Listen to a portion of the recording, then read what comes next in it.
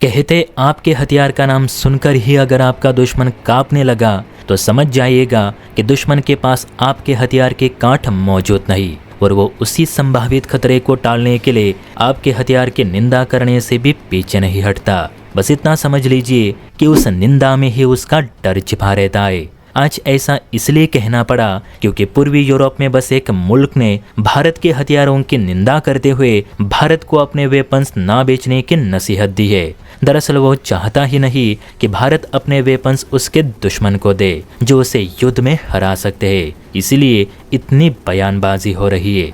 तो चलिए देखते हैं कि वो कौन सा देश है जो चीन पाकिस्तान की तरह भारत के हथियारों से खौफ खाता है।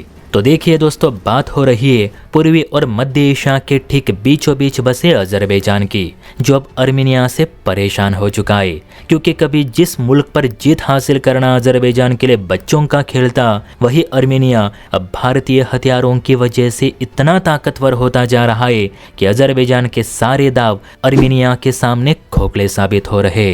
अब इसी बीच ये खबर सुनने को मिली कि पिनाका रॉकेट लॉन्चर और आर्टिलरी गन्स के बाद अब अर्मीनिया की वायुसेना भारत के अस्त्र मिसाइल भी खरीदने की तैयारी में लगी है, ताकि air to air dogfights में अजरबैजान के फाइटर जेट्स को शूट डाउन किया जा सके। खबर के मुताबिक अजरबैजान के साथ तनाव में उलझे अर्मीनिया ने अपनी हवाई ताकत बढ़ाने के लिए एक बार फिर भारत से संपर्क किया है। अर्मीनिया अपनी सेना के लिए हवा से हवा में मार करने वाली भारत निर्मित अस्त्र BBR और दूसरे एयर टू सरफेस भारतीय मिसाइलों को खरीदना चाहता है, ताकि उन्हें अर्मीनिया के सुखोई 30 जेट्स में लगाई जा सके।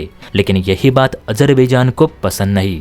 इस पूरी खबर पर अजरबैजान के विदेश मामलों के सचिव खाजर फराहदो का ये कहना है कि भारत अर्मीनिया को अपने अस्त्र मिसाइल ना दे वही अच्छा रहेगा। उनके मुताबिक अजरबैजान का भारत से कोई बैर नहीं, ना ही हम भारत के दुश्मन है, तो फिर भारत क्यों हमारे दुश्मन की मदद कर रहा है। भारत सरकार लगातार अपने घातक हथियार अर्मीनिया को देकर उसके हौसले बुलंद कर रही है, और दो देशों की ये जंग और भी घातक रूप ले रही है, जो कि सही नहीं। भारत को अब अर्मीनिया की मदद करना बंद करनी ही होगी, वरना इसे सीधे सीधे अजरबैजान के खिलाफ साजिश मानी जाएगी।